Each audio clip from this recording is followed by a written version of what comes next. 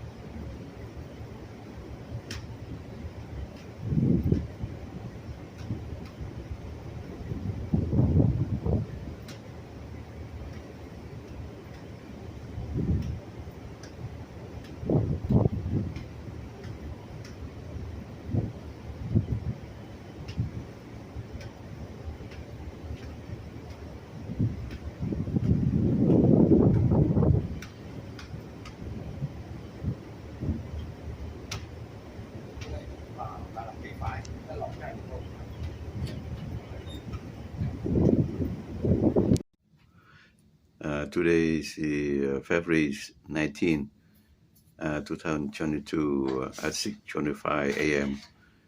The ship heading to Costa Rica. Now the current position near outside of Nicaragua. Here the current position. Just go by El Salvador, now go to Nicaragua.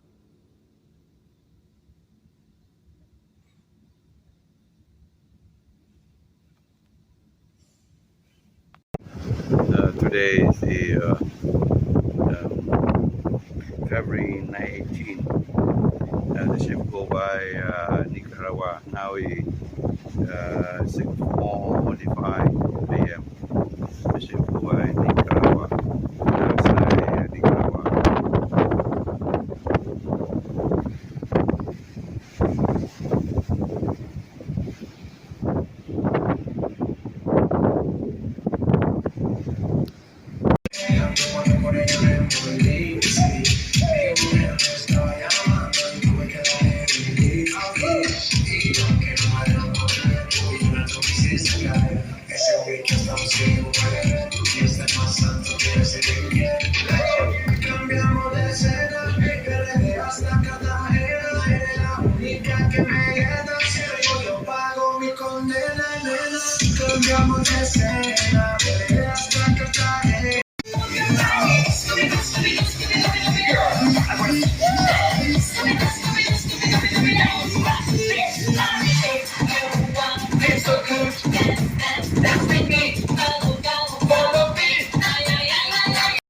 Now, as I present to you this, please, as I said, remember how it was built and the time it was built, the tools that were used at that time. It is the ditch, they call it. It's a staggering marvel of the world. Now, the possibility is of a waterway linking the Atlantic to the Pacific. It's going across the isthmus, has been considered for almost 4 centuries before construction was even attempted to break ground. You go back into 1513, this is not long after Columbus visited the area. Vasco Nunez Balboa, a Spanish explorer, he claimed the entire region of the isthmus for King Ferdinand of Spain. Soon, Spaniards began crossing the isthmus from the Pacific, and they were carrying the wealth they had plundered from the Incas and the silver mines away and fortifications on both coasts. In 1534, you did have King Carlos V. He ordered a survey in this route regarding the possibility of construction of a canal. He then decided that the cutlasses and the tools of his time would not be able to complete this mammoth task. During this period, many people expressed views, both pro and con, about the construction of the canal across the isthmus. I'm going to share with you one of the expressions. It was Joseph Acostus. He was a Jesuit scholar, and this goes back to 1625. There is no human power able to beat and break down these strong and impregnable mountains. Those who seek to build a canal should fear the punishment from heaven in seeking to correct the works the Creator by his great providence has ordained. Then go to the area of 1835. You then have President Andrew Jackson. He ordered a study on the feasibility of the canal across the isthmus. And from this survey, the American policy towards an intercanal was created. 1845, it was businessmen from New York. They formed the Panama Canal Railroad, Panama Railroad Company. They obtained the rights to construct a railroad across the isthmus from the government. At that time it was called New Granada, became Columbia. The laborers for this railroad came from China, East Indies, Ireland, England, Germany, and Jamaica.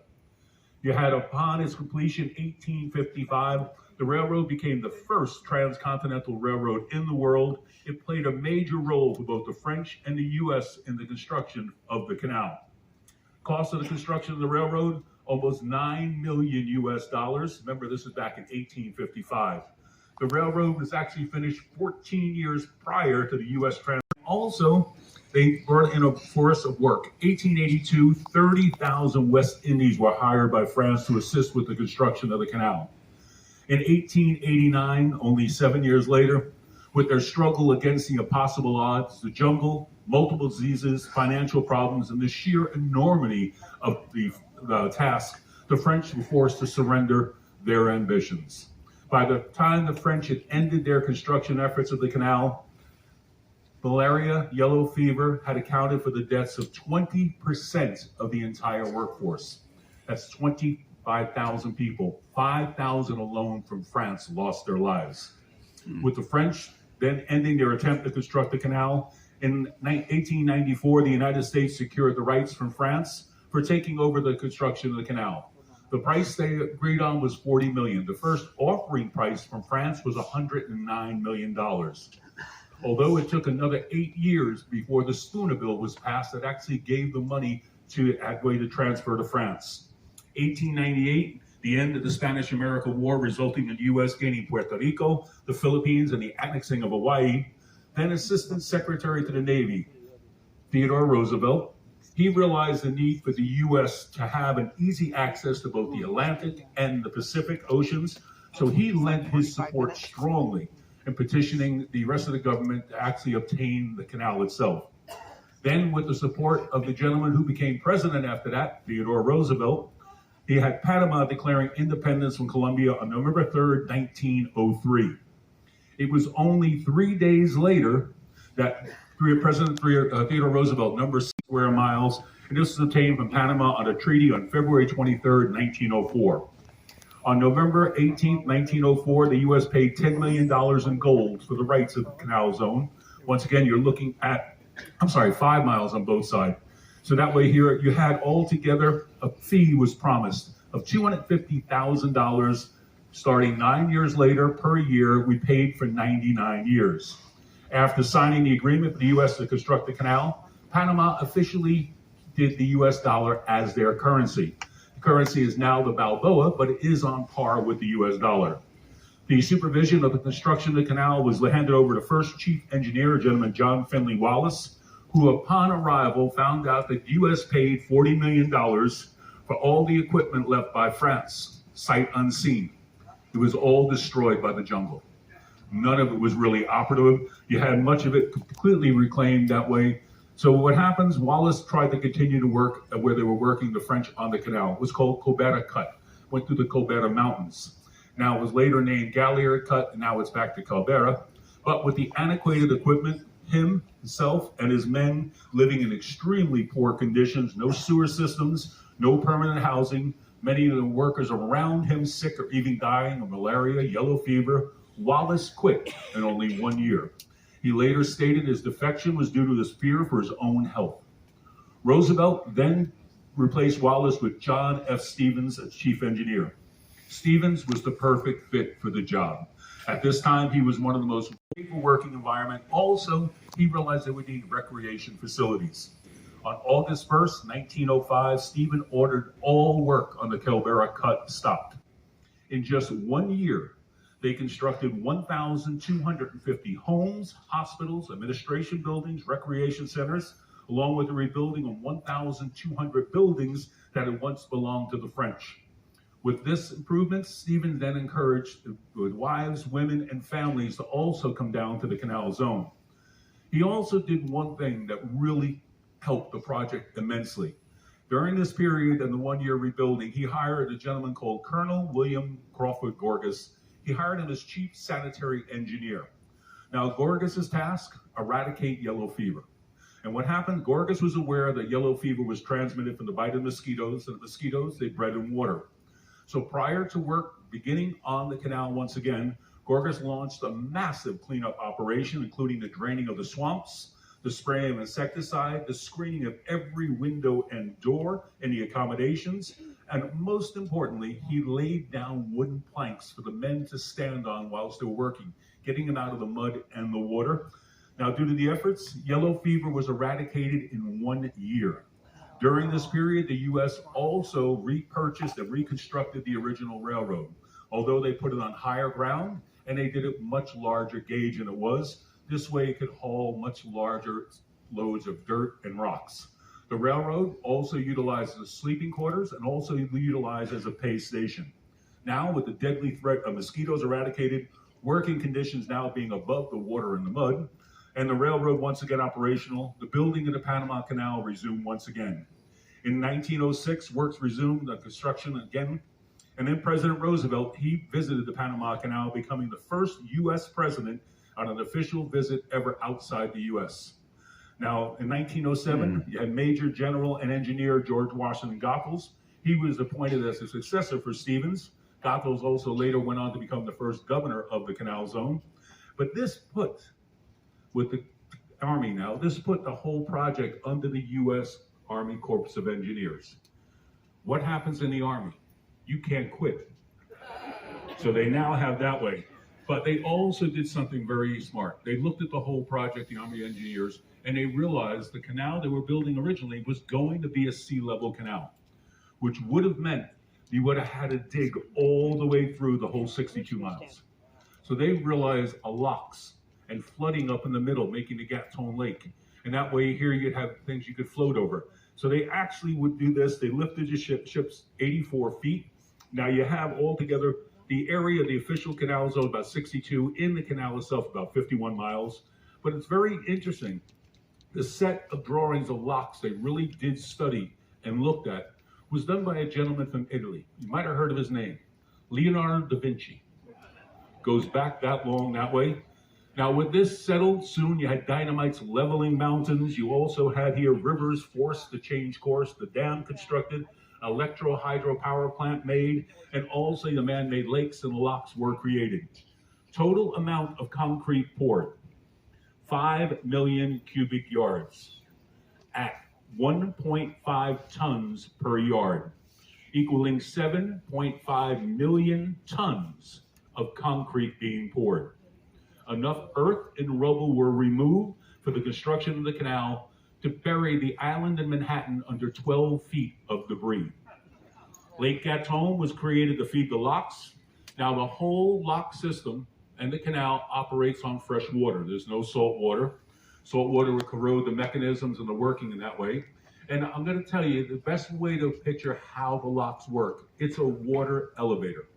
There's no pumps. It's all done by a gravity feed. So you have the lake, water going here, down, down, down. Ship can go out, the ship can go in, water goes from the top to the bottom, and it goes up as a basic water elevator. Finally, on May 10th, 1913, two steam shovels, one coming from the Atlantic side, another from the Pacific side, met in the canal was officially finished, cost between $352 and $387 million on August 15, 1914, under budget and under schedule. Now, you did have the loss, though, of 5,609 U.S. lives. The completed canal was now able to save a vessel traveling around South America about 8,000 miles, a vessel traveling from New York to San Francisco about 12,000 miles. You'd had here the U.S. cargo ship called Ancon, was the first ship credited to actually go from one ocean to the other, August 5th, crossing in January 7th, 1914. In 1919, you had an armada of 33 U.S. ships returning from the First World War. They transited the canal from the Atlantic to the Pacific, thus bringing into fruition the visions of Theodore Roosevelt. Transit 2 hours and 41 minutes. Now, a little bit about the other vessels. Container vessels now pay in the canal, and this was done when the 15,313 TEU container vessel Triton had a row of 20 containers and a beam of 168 feet, a length of 1,201 feet. It paid a toll of over $1 million. But remember, this saves the area about 10 times the cost of fuel and also the lengthy trip around the Horn. Prior to 2008, the ship I was very happy to, one of the first ships to be on, the QE2, she transited for $97,696.36. Then you had, come on, clicker.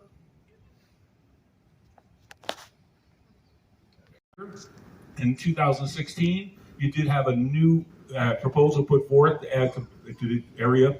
Now what happens is 2016, the new one was a cruise ships per berth. For the old canal, it's $138 per berth.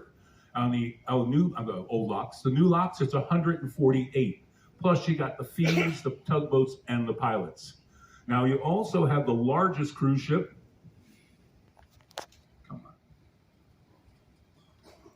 on. $1,600 for the tolls and maritime services. Unfortunately, to the dismay of many small boat owners, he swam the canal. At that time, it was charged by displacement. So how much water displaced you paid? You paid 36 cents. The lowest toll ever recorded. Today, canal operates 24 hours, 365 days a year. You're looking at an average of 40 vessels per day going through. Now, originally, up until 1966, it only operated on daylight hours. They didn't put the lights in until 66. Now, the canal, it's been closed twice that way. Once for 12 hours during a landslide in the Colbert Cut in 1974. Second time, December 20th, 1989. That's when the U.S. invaded Panama. The canal was reopened the next day, but it did only operate in daylight hours for the next 6 days. Between 1903 and 1999, the U.S. invested $3 billion in modernizing the canal and updating it also. But during this period, they only recovered about 2/3 of that $3 billion investment. But the U.S. operated the Panama Canal as a federally operated service, the tolls just barely covering the cost for the operations.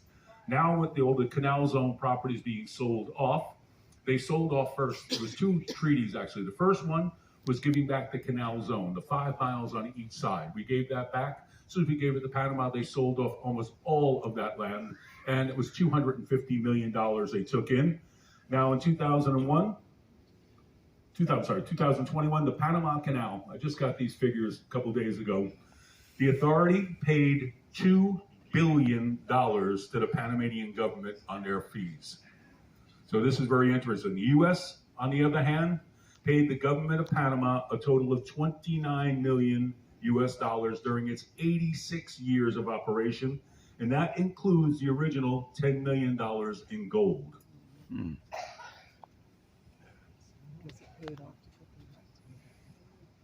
Now here you did have in the 60s, but what happens is a young engineer. He turned around, walked up to his bosses and said, stop. And they said, why? So they just did the calculations. If we would build another set of locks, we would drain the Gatun Lake in a couple of years. So they stopped the project in that way. Very interesting. Now, with the construction of new canal today, began on September 4th, 2007, supposed to be completed in 2014. The project ran almost 2 years longer than anticipated, mostly due to the international consortium not being able to get the concrete correct. The concrete had to be where it lasts for 100 years. Now, it wasn't that way for the 2 years going through. I'll show you photos in a moment. When they tested the locks for the first time, they looked like the Trevi Fountain. There was water spraying out through the concrete everywhere. Now, that way, the inauguration took place until 10 years would start, June 26, 2016. The cost, $5.5 billion. First vessel to go through was a Chinese container ship, the Costco Shipping Panama. It was originally called the Androcus, but it was actually changed its name for the honor of going through first. Now, the two sets of locks we'll go through. We have here the first, the Cocoli, and then we go to the Agua Clara. Now, you have something that's very interesting. As I told you, when they were going to do the third set in the 60s, they said you drain it. So what they've done is during the rainy season, it doesn't use that much of the water because of the rain. It can't drain the lake that much. Now, we're in dry season.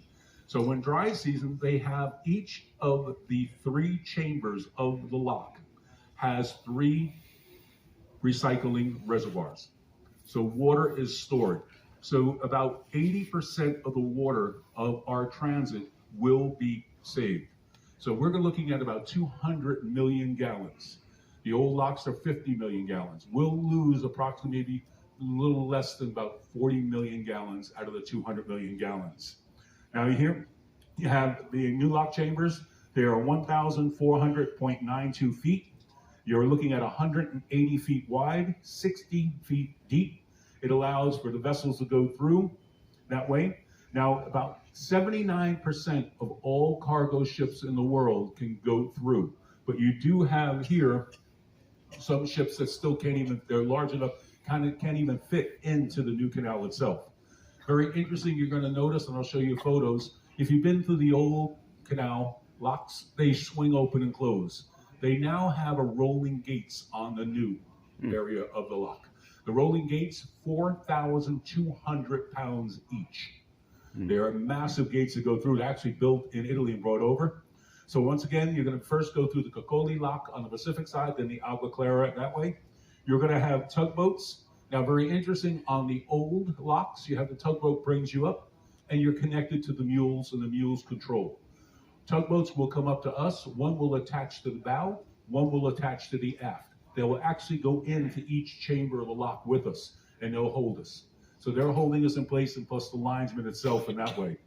So you have here, you do have the aspect that way. The old locks, a vessel with containers, 5,000 TEUs. Here on the new locks, 15,313. I'm going to give you a little bit of how much volume that really is, 15,313.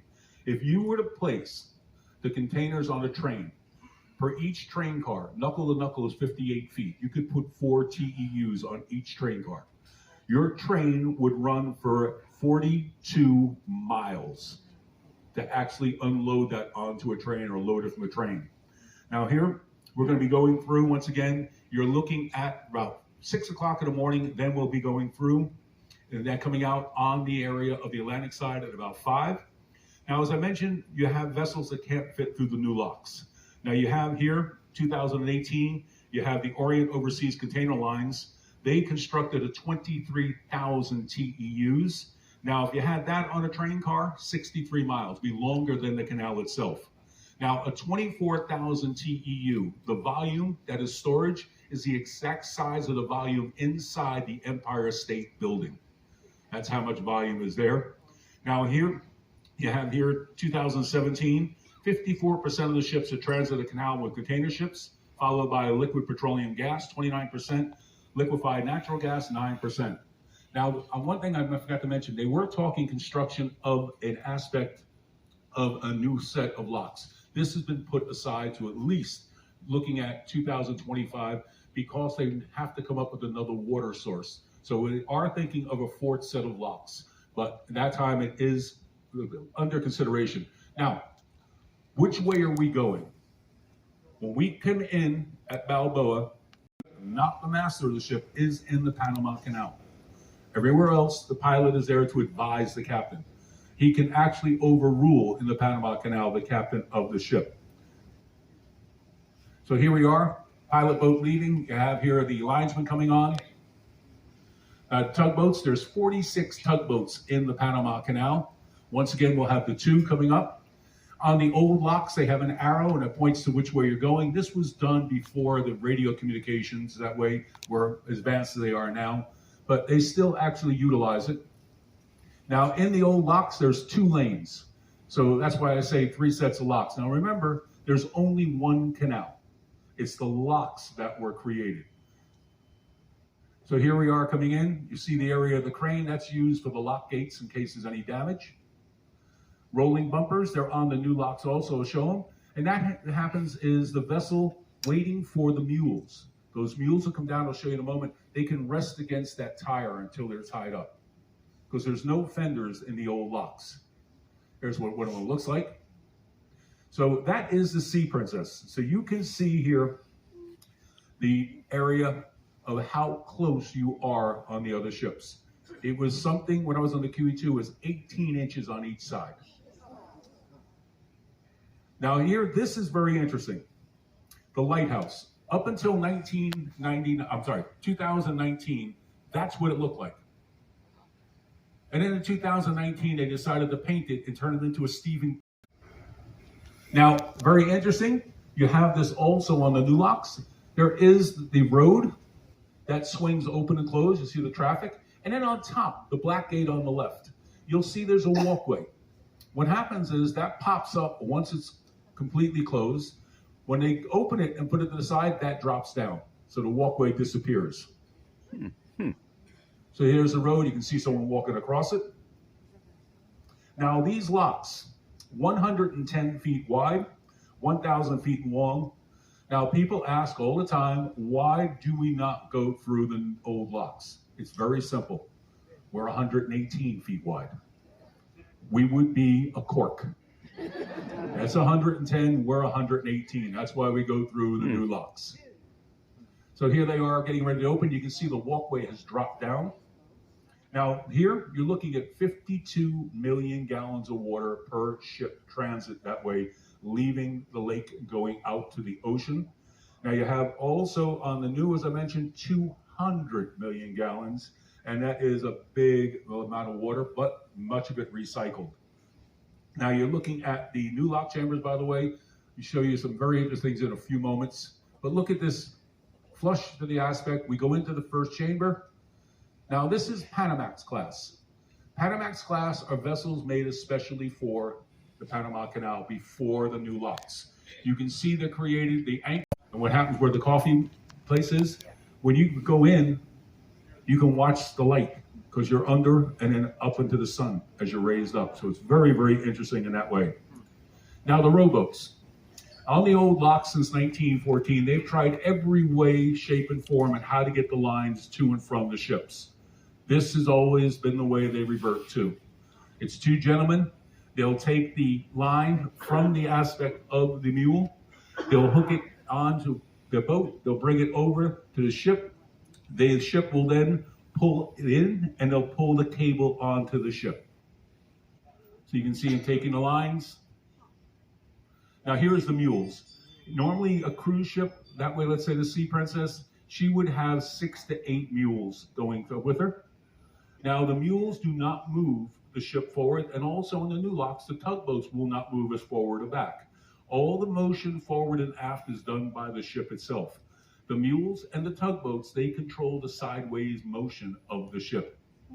Now we have 3 lights on the mules. You do have here, green light is confirming to the pilot up to speed. Yellow light on standby, and the red light means confirming pilot's orders. So they actually communicate that way by the lights. So here, these are very interesting. They're made by Mitsubishi. It's the 3rd generation of that. And it's very, very interesting that way. There's 108 total in the canal, and they cost $1.9 to $2.1 million each. They have the aspect that way of 290 horsepower winches, 2 winches on each side, each area, and it is basically operated. If you look forward, you'll see it operates like a cog railway, and that's how it moves the vessels. Whoop, go back here. These are the first one. The black one there is the first generation done by General Electric. The second generation, Mitsubishi also, but you can notice they have no air conditioning. So that'd be one heck of a long time in there. Now here's the gates. These gates are very interesting. They're hollow, basically, sometimes filled with leaves or very lightweight material that way. They average about 65 feet, 7 feet in thickness to an area up to about 12 feet. As I mentioned, the Pacific side is a much bigger tide, so they need stronger gates on that side. Now, if we here, you can see here the reinforcement, and they fit in flush as they go by. So here we are going in second chamber. There's cranes there that would actually lift up the leaves of the dock. Now here, the mules pulling the ship that way, sideways. The vessel now would be under its own power. 1913. Now the linesmen, they have an Olympics each year for the top linesmen, so they have areas where they can practice. It's very true. Now, this to me is the most interesting. That's an 18-foot culvert. And what happens, there's 70 holes in the bottom of each chamber, 4 foot wide. Those holes are all the way across. Then they go to 14 cross culverts to this 18-foot drain. Same thing when filling up from the top. It goes in the 18-foot through the 14 to the 70 holes in the bottom.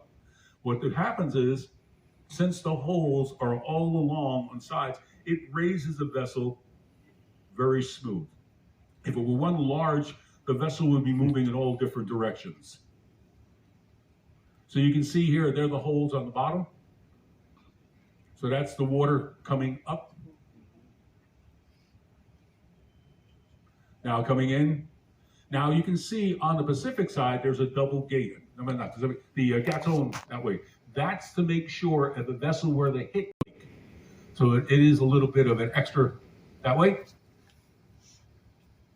Now that is an emergency gate. It has its own thrusters, its own power. And they could wedge that in and block to stop that way if there was something of an accident. Now here, I'm going to take you through the journey. Now, remember I told you about the testing of the concrete. That's nothing. Now, the amazing thing, when I show you this, I'm going to show you damage that has already transpired since 2016. I found out recently what they're doing, they're not going to do any of the repairs until, quote unquote, the guarantee period. And then they'll do it all at once to work. But I can tell you, as you saw in those photos of the old lock chambers, the concrete was perfect.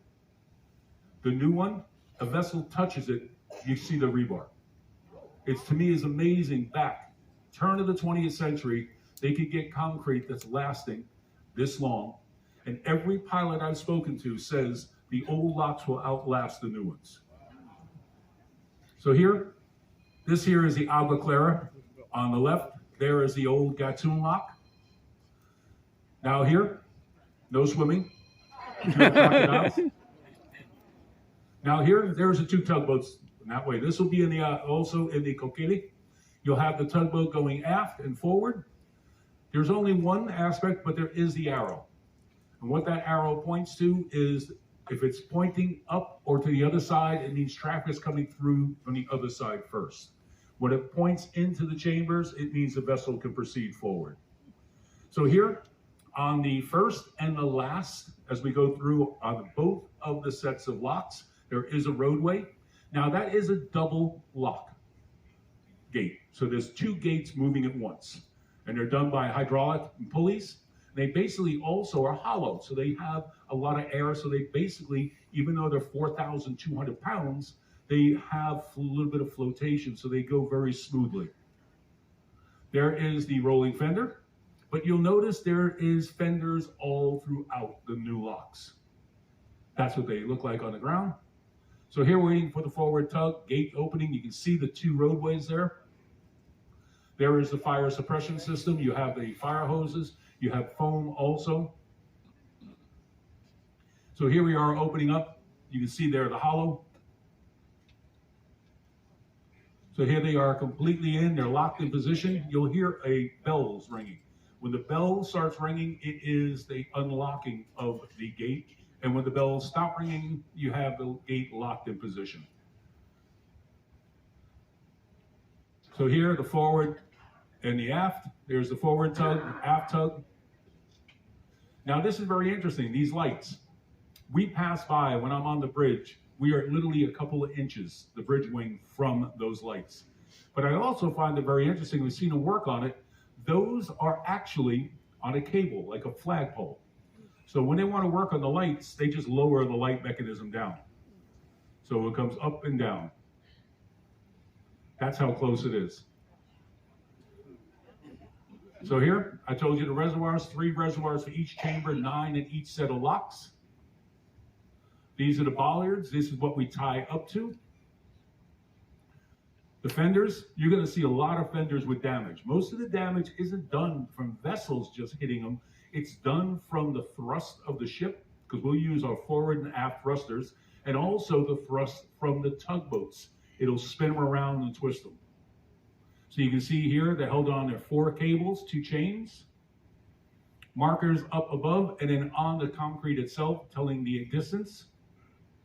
So here we are coming up to the second chamber. Once again, the holes on the bottom, done evenly through. Now here's the linesman. It's very interesting. They have, on one side, they have a nice little area, quote unquote, a little room to themselves. On the opposite side, they don't. So they stay there, and it's also safety in case when they do tie up a line, they step away from the lines in case one would snap. So here they are coming out. We have the linesman on board. They're throwing a line over. Sometimes they even throw it to the linesman on board. They connect it, pull it on board. Now he'll use a winch and they'll pull 1 or 2 lines out from bow and aft on each side. So we'll be tied up with the bollards. Here we are bringing the lines out. So here we are tied. You have the 4 lines now, the 2 tugboats and the thrusters holding the vessel in the center of the chamber. Now here's some of the early damage. There's your fenders. And that's just from the thrust of a tug. And there you can see there's plenty of extra fenders in the area. Now we do get local fishermen, and it's very interesting when they come through. You're looking at the fishermen coming through, and they just wait for the fish. Because what happened to fish, they come in from the lake, and they're mostly areas of mullet and things in that way, and they'll just wait and fish. I'm not kidding you. Back in December, this is when this photos was taken, this one followed each of the chambers on the Agua Clara lock. Reason being, with the movement of the water, the fish come up to the top. So with the fish there at the top. Now, by the way, I forgot to tell you that the area that way, we're going to have plenty of room, about 25, 35 feet on each side. So we're not as tight as the vessels are in the old locks. So here's the reopening. You have the traffic waiting. So now they open it back up. So coming into the second chamber, same operation. So here we are. We're looking back, and that's the Millennial Bridge. We'll be looking forward at that as we come through. You have the control tower. So there's the Agua Clara, there's the Cocoli. Now look at that, steps. That is in the Cocoli. A vessel has moved that cement about almost a foot. You can see the whole stairway. Now, one of the things 2 of the pilots have told me over the years, one of the reasons they really do feel that the damage is what they did is they made this from the balsate rock on the Pacific coast for the new locks. The old locks was a consortium up in New York, and they shipped all the materials down. But also, they put every one of the workers, thousands of workers, every one of their eggshells, they put into the concrete mix. And they say that really fortified it. But look at that. That's if a vessel just touching it. So here we are. Now you can see when the water is going to raise you up, how far it comes up. You're looking at about 28 feet in each chamber, 84 feet in total. So here we are now up. Second chamber full. Now here's 5 deck. That's looking out. I took that photo myself. That is looking out of the area right next to the area of the International Coffee. And then coming up. So here we are coming third and final chamber. We're going to be taken to the level of the lake. The reservoirs once again. Another hitchhiker. This was in the third lock, and the captain was not happy. He didn't pay any of the toll. Now, I'm going to take you from where we're going to enter the Panama Canal. But first, I'm going to ask you a question. How much do you think the Emerald Princess will pay to go through? Just shout out. 622. Who said 500,000? You're close. $525,000. Oh, man. So we have a collection plate at the end of the talk coming out. Yeah.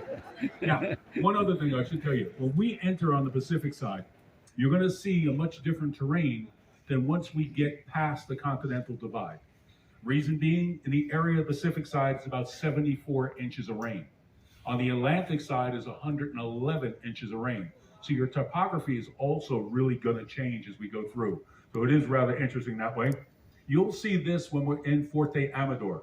This is the Biomuseum, the Panama Bridge of Life Biodiversity Museum, done by Frank O'Gary. He has 25 other major works. The Guggenheim Museum, Balboa, Spain, the Walt Disney Concert Hall in Los Angeles, the Louis Vuitton Foundation in Paris, France. It is a very interesting museum.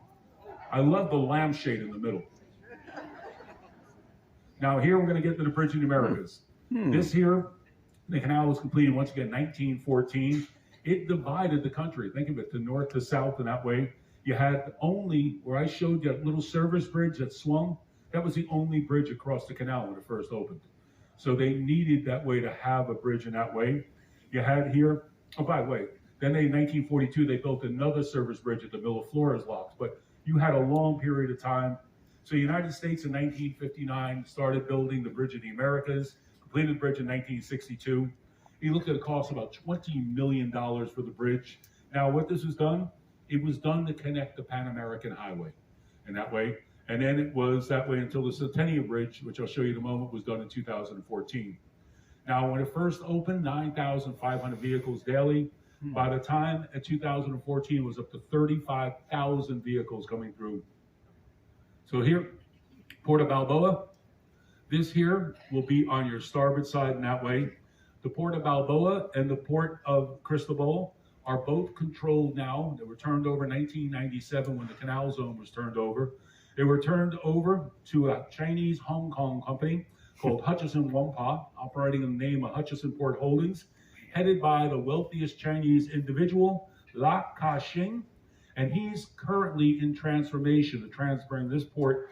Balboa, it handles right now about 2.5 million TEUs.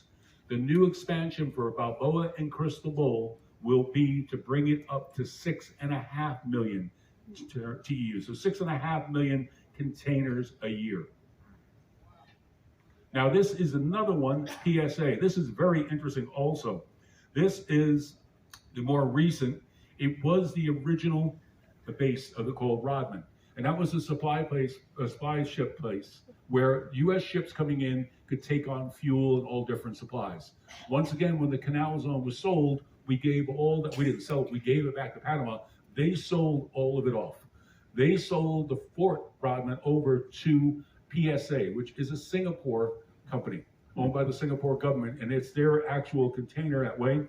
Now it handles about 1,204,000 TEUs. So here we are. That is the area. That was the old area where U.S. ships would actually resupply. Now the Centennial Bridge, as I mentioned, built in 2014. It opened up, I should say. What really is interesting about this bridge is it was done for August 14th, 2014 to open. That was exactly 100 years from the AMCON coming through. So that's why it's Centennial Bridge. They opened it, they inaugurated it on time. Its main purpose, to reroute the Pan American Highway. Unfortunately, it didn't do that for another year. The highway wasn't complete. So when they inaugurated the bridge, there was no roads. It's just a bridge. Now, also, you're looking here at the area called the Colbera Cut. Once again, it was the Galliard Cut for some years. Now, from altogether, you're looking that way to 1915 and 2000, Galliard Cut. And Galliard was in charge of the construction with the U.S. Army Corps of Engineers. And he did such a great job. They turned it over to Colbera, which were the mountains you're looking at right there, the Colbera Mountains, to Galliard. When Panama took it over, they put it back to the area of the cut. It's a little over 8 miles, just under 9 really. It was the most difficult endeavor. That's the Continental Divide. That's the mountains that go from Alaska to Chile. That's also our Rocky Mountains in the States. That way, it is very interesting. Some of the areas they had to raise down were over 500 feet.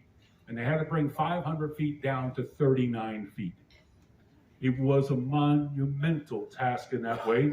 You're looking at right now, when you go through that, you'll be in the lowest spot in all the Continental Divide.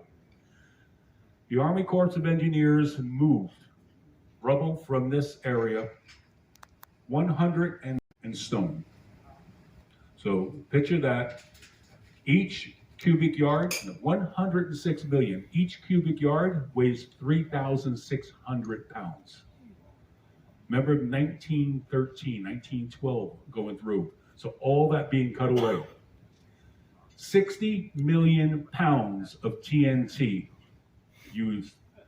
Some of the single charges, 5,200 pounds of TNT going off at once. And then they'd come in with the steam shovels and take it away. So here is the Centennial Bridge once again. Now here, we'll see dredgers all throughout. Some will have catch basins, some will actually pump it. There's one of the bits. So you can see here how they pump it onto land. Now here, this is Gamboa. Now very interesting, just before we get to Gamboa, you're gonna see this prison. This is where Noriega was held. So it's very interesting when you go by here. He never waved any time we went by. But here, that's the Panama Canal Railway. Now you have here, going through, that is also what's called the Chagres River. That is the area that was dammed, where the Gatun Dam is. Up in that area is called the Madden Dam. And what happens, that is the water for Lake Gatun. What happens during a high rain, they'll drain water out of Gatun. Low water, they'll release water from the Madden Dam. And they hope to control the water in the area in that way. So when you're looking at the depth of the canal is an average of 52 feet.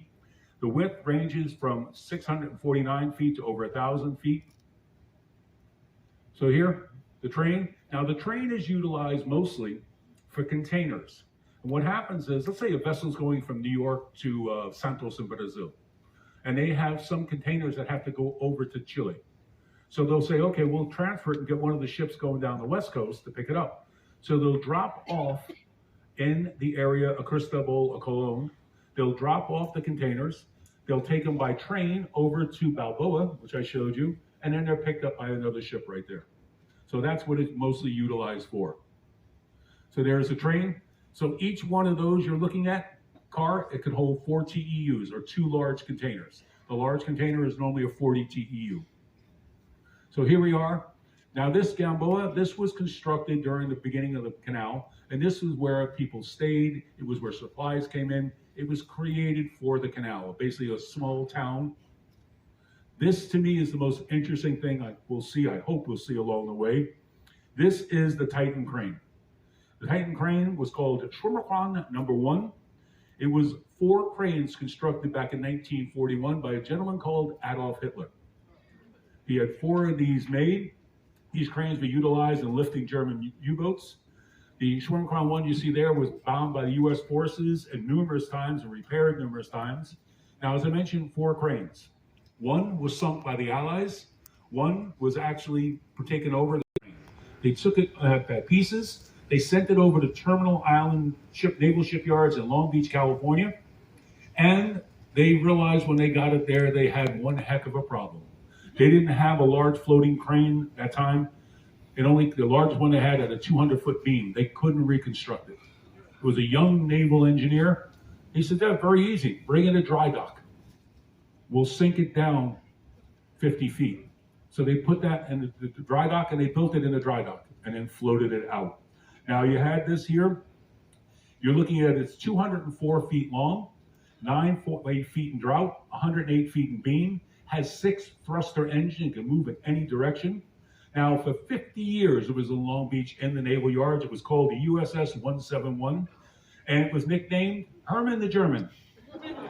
He was utilized in lifting the heavy guns of the USS New Jersey, Sea Lab 2, locomotives for all throughout Asia, the Howard Hughes Spruce Goose. Also in the naval shipyards, they closed in '64. She was then purchased and by the Panama Canal.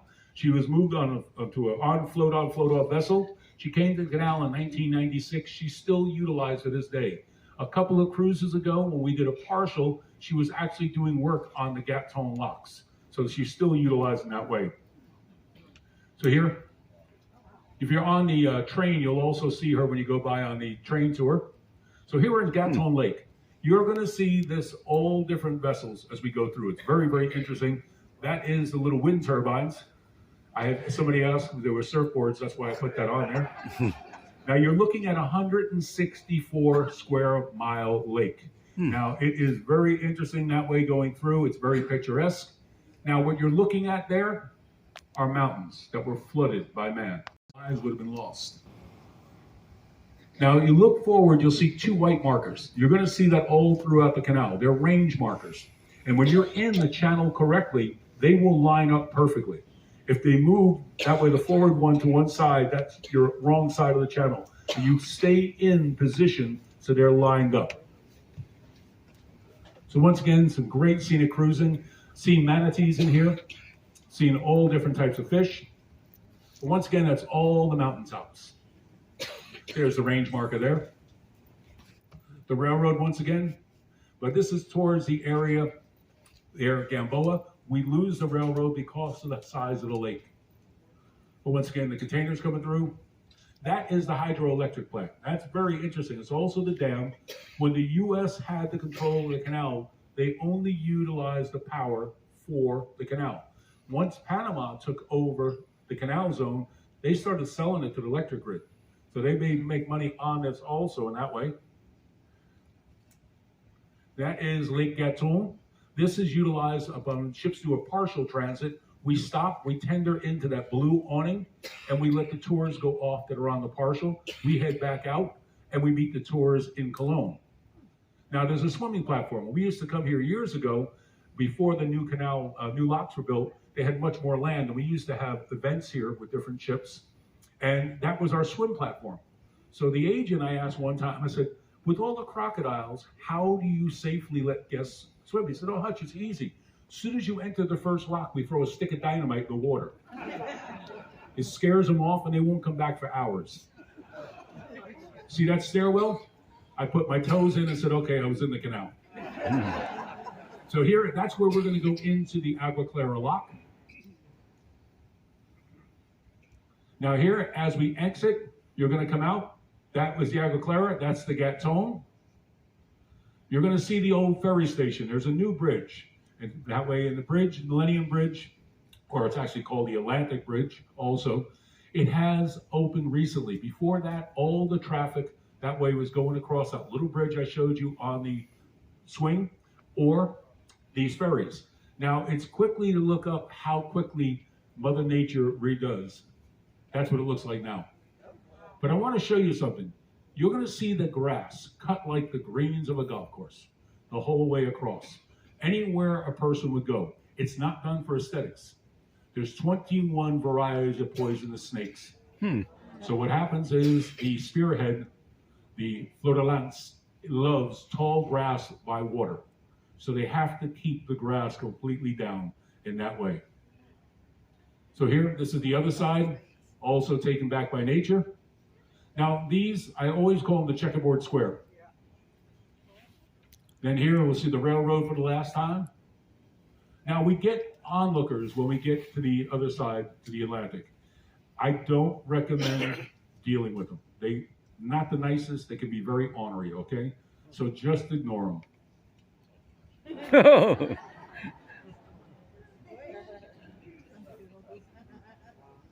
That was actually on the lock.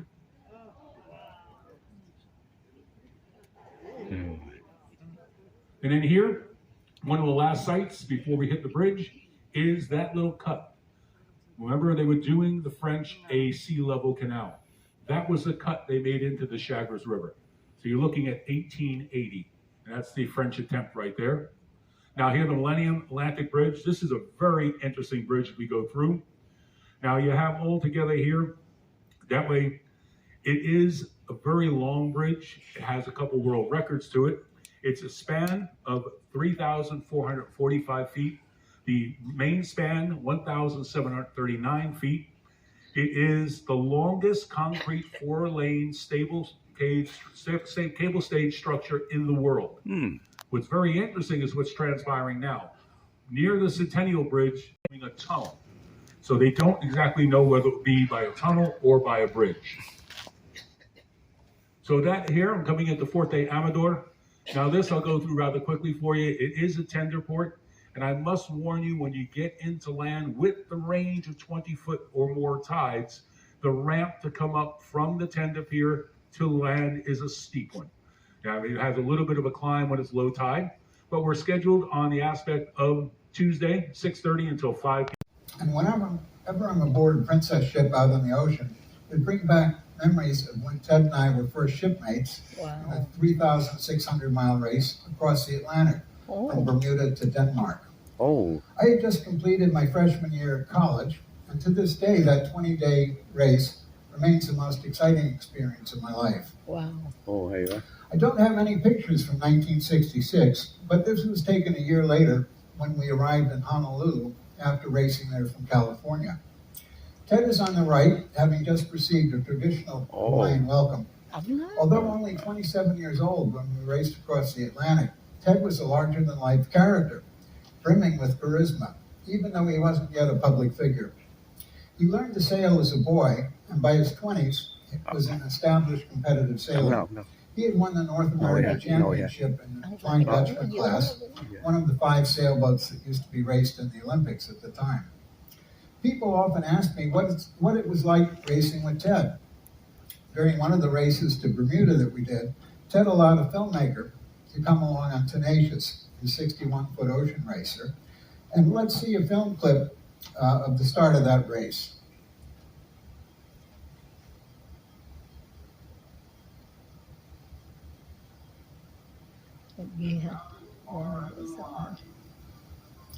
The starting line for the race is between a light tower and a committee boat. Because of wind shifts, one side is usually favored. Today it's the committee boat. You might think that for a 600-mile race, the racers would play it safe, but yachtsmen don't think that way. For them, it's a big game of chicken.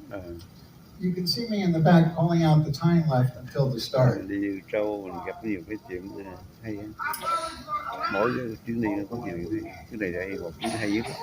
One of my jobs, along with the fellow on the right, is to keep Ted calm. Of course, it was impossible. We sailed across on starboard tack, which gave us the right of way.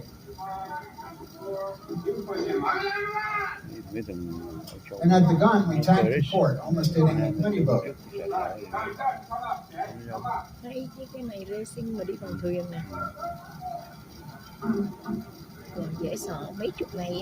can see all our competitors ended up to leeward. We had the best start. Many famous sailors like Ted Hood or Bus Mossbacker are known for their quiet demeanor, never raising the voice. Not Ted.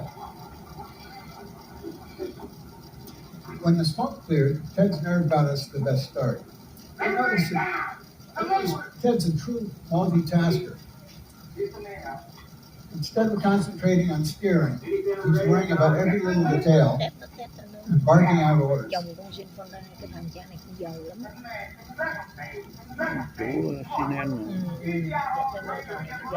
We're taking Max to the league. Don't worry about the back. They got my important credit Hindi card. lang cute. One way Prado ulit na sa You may have to wear it. direction. Really, y'all. Bring it to me, man. I got speed. Okay. There's Acadia back there. To avoid barging on Tenacious, she had to cross the line early. Now she's restarted. So why did people sail with them?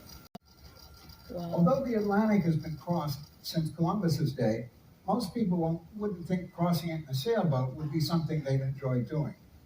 This map shows the prevailing weather system of the North Atlantic and gives a sense of what a small boat faces. Low pressure systems typically move from west to east across the Atlantic, generating stiff winds and frequent storms. Although you might think sailors would want to avoid storms, if you're racing, that's where the strongest wind is. Although yachts started racing on short courses in the 1800s, and as far as 600 miles to Bermuda, starting in 1904, there wasn't a yacht race across the Atlantic until 1928, when 5 boats set out from New York for Spain, and 4 finished, because one boat sank, but everyone was saved. That was followed by another race from Newport, Rhode Island, England in 1931, and then another from Newport to Norway in 1935. The hostilities leading up to World War II and the war itself meant no further races were held across the Atlantic until the 1950s. As you can see from this slide, the prevailing winds in the North Atlantic are in the westerly quadrant, and so most transatlantic races run from west to east. And then after the race is over, the boats are either shipped home or a delivery crew takes a southerly route using the trade winds. They head to the Azores and Madeira and then on to the West Indies on the way back to the States. After the war, 2 races were finally held again in 1955, one from Newport to Sweden and one from Cuba to Spain, and then several more after that. But as you can see in this slide, the number of starters continue to be small. The race course runs from Newport, Rhode Island to Bermuda, and it's 635 miles long. And it's called a thrash because about a third of the way to Bermuda, you have to cross the Gulf Stream, which you see in orange in this satellite image. It's a narrow river of hot tropical water that comes up from Florida, but then off Cape Hatteras, it starts heading toward Europe. When that hot tropical water in the Gulf Stream meets the cold North Atlantic waters, the result is frequent squalls and turbulent seas. In 1964, I found a berth on a 40-foot yacht racing to Bermuda, and here you see me steering the boat somewhere between Bermuda and the U.S. I'm in my oilskins, and notice I'm wearing a safety harness so that I'm always tethered to the boat. Which brings us up to the 1966 transatlantic race. Because I would be racing to Copenhagen that summer, I also signed up for the 5.5 meter World Championships being held there. Now this is a 5.5 meter, and despite the name, they're actually about 30 feet long. Back then, they were one of the 5 types of sailboats raced in the Olympics.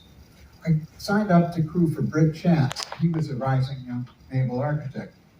A couple of months before the Denmark race, I was cut from the transatlantic crew because I still hadn't raced on the Connecticut boat.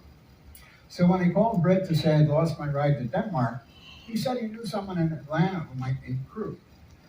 I'd never heard of Ted Turner, but Britt said he had just won the Southern Ocean Racing Circuit and had been written up in Sports Illustrated. This March 1966 article in Sports Illustrated reported that Ted was the surprise winner of a 6-race series in Florida and the Bahamas called the SORC. Even on 200-mile long races, his young crew raced as if they were in dinghies, constantly getting the most speed possible out of the boat. Sports Illustrated, or sports writers in general, had predicted that Turner's young Tigers would fade when faced with racing on the ocean for an extended time. But Ted proved them wrong. When I called Ted, I was taken aback by his raspy voice and heavy southern drawl. He said for the Bermuda race, he would have his winning crew from the SORC aboard. Ted married and started a family and started working at his father's company. where he became an excellent salesman. But everything changed in 1963. With the billboard business heading toward bankruptcy, his father killed himself, and at age 24, Ted managed to persuade the banks to give him a couple of years slack. When I met him 3 years later, he was 27, had divorced, married again, and added some more children to his family. And he'd managed to get the business on an even keel so that he could keep sailboat racing. Ted's real passion has always been sailboat racing. With his father often absent, he was raised in Savannah by a longtime family retainer, Jimmy Brown. Jimmy taught Ted to sail as a boy, and by the time he was in college, he was a top competitor. Until the 1970s, Jimmy was always part of our crew as cook. Oddly enough, this is the only picture I have of Jimmy. It was taken when he was interviewed in Honolulu after we finished the Trans-Pacific race in 1967. So, in May 1966, I met Ted at a boatyard on his boat, Vamp X. This is a picture of the Cal 40 that appeared in Sports Illustrated. We went racing on a short race, and a couple of hours later, I was steering the boat on a beat to windward with a nice breeze and a sloppy sea. And I guess Ted thought I was a pretty decent helmsman because a little later he said, "You're on the crew to Denmark." And that was that. I quickly found a berth on another boat for the race to Bermuda, where I joined Vamp X for the transatlantic race. The transatlantic race started from Bermuda as a follow-on event after the Newport to Bermuda race. 167 boats started in the Bermuda race that year, and the fleet was broken into 6 classes, lettered A for the biggest to F. Vamp X ended up placing 5th in her class D and 9th overall in a fleet of 167. I was in a slower class E boat and finished about 15 hours later. Once in Bermuda, the transatlantic race started 5 days later. That week's issue of Sports Illustrated featured ocean racing and had this picture of the North Atlantic. In any case, the race rules prohibited most electronic aids. So he would navigate us across. Today, Saturday, February 19, at 4:31 p.m., the ship had been reached Costa Rica. So tomorrow we will dock at Barbuto Cadora in Costa Rica at 7 a.m. and we leave the ship at 6:30 a.m. 6:30 p.m. So the ship now at the border of Nicaragua and Costa Rica. Right now.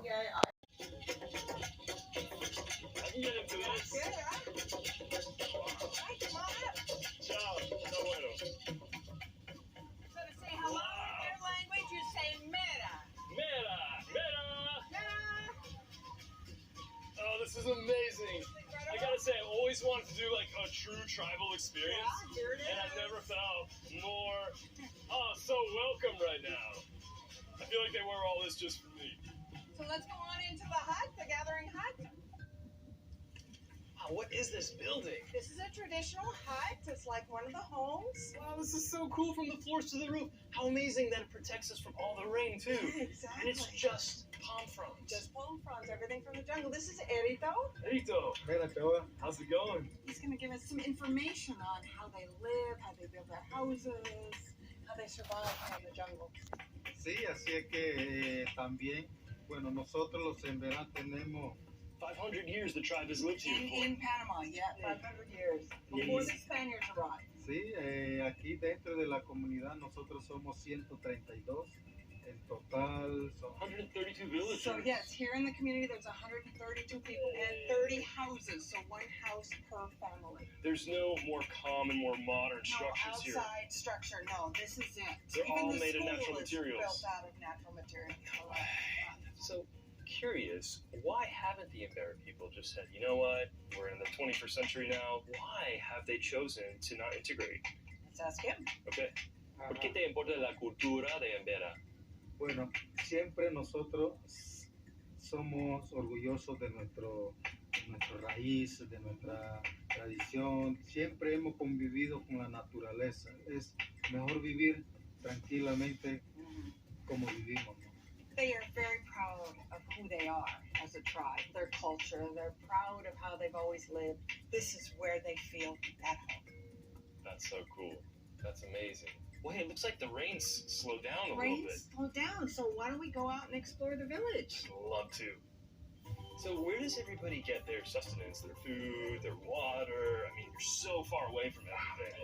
Yeah, there's fish in the river. They keep chickens. They grow their own crops. Wow. So they got the staples. What about water? Water comes from an aqueduct that's up in the hills over there on the other side of the river that is piped down to the community, run through a sand filter so it's cleaned up. So everything about these guys is off-grid. Do they have internet? Do they have electricity? Do they have Wi-Fi? No Wi-Fi. Like what they have is human connection. They have face-to-face. There's unity, community. They really depend on each other. It's beautiful. That's amazing. Costa Rica sunset right now. Now we 5:50 p.m. on